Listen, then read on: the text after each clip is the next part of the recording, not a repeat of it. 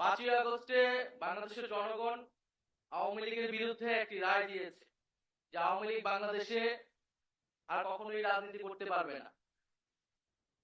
ফলে আমরা যখন বলি জনগণ সিদ্ধান্ত নেবে আওয়ামী লীগের ব্যাপারে, জনগণ সিদ্ধান্ত নিতে পারে দুইটি উপায়, একটি ভোটের মাধ্যমে, একটি রাজপথে তাদের অবস্থান জানান দিয়ে গণ অভ্যুত্থানের মাধ্যমে।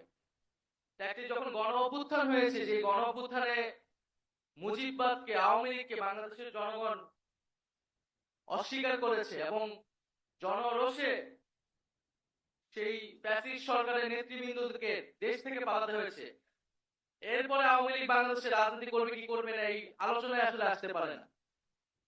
আমরা মনে করি আওয়ামী লীগের সেই নৈতিক ভিত্তি, রাজনৈতিক ভিত্তি হারিয়েছে। এখন তার আইনি বন্দোবস্ত কি হবে, কোন প্রক্রিয়ায়, কোন আইনি কাঠামোতে আমরা আওয়ামী লীগকে বাংলাদেশের রাজনীতি থেকে দূর করতে পারি এবং একটি গণতান্ত্রিক প্রক্রিয়ায় যেতে পারি, সেই বিষয়ে আমাদের সেই পথ আসলে উত্তোলন করতে হবে। তো সেই জায়গায় আওয়ামী লীগের নিবন্ধন বাতিলটা এই সময় অতি দ্রুত সময়ে আসলে করা উচিত। বিচার চলাকালীন সময়ে সাংগঠনিক রাজনৈতিক কার্যক্রম নিষিদ্ধ ঘোষণা করতে হবে এবং বিচারের মধ্য দিয়ে আওয়ামী লীগের একটা চূড়ান্ত ফয়সালা হয়তো আমরা পাবো। নির্বাচন খুবই গুরুত্বপূর্ণ এবং নির্বাচন মানে হচ্ছে ক্ষমতা হস্তান্তরের প্রক্রিয়া, এবং এই প্রক্রিয়া নিয়েই বাংলাদেশে সবসময় যে রাজনৈতিক দ্বন্দ্ব তৈরি হয়েছে।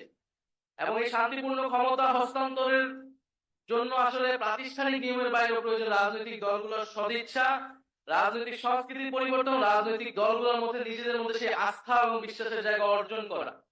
সেই আস্থা ও বিশ্বাসের জায়গা যদি অর্জন না হয়, তাহলে শান্তিপূর্ণ ক্ষমতা হস্তান্তরের যেই সংস্কৃতি, সেটি বাংলাদেশে আমরা চালু করতে পারবো না।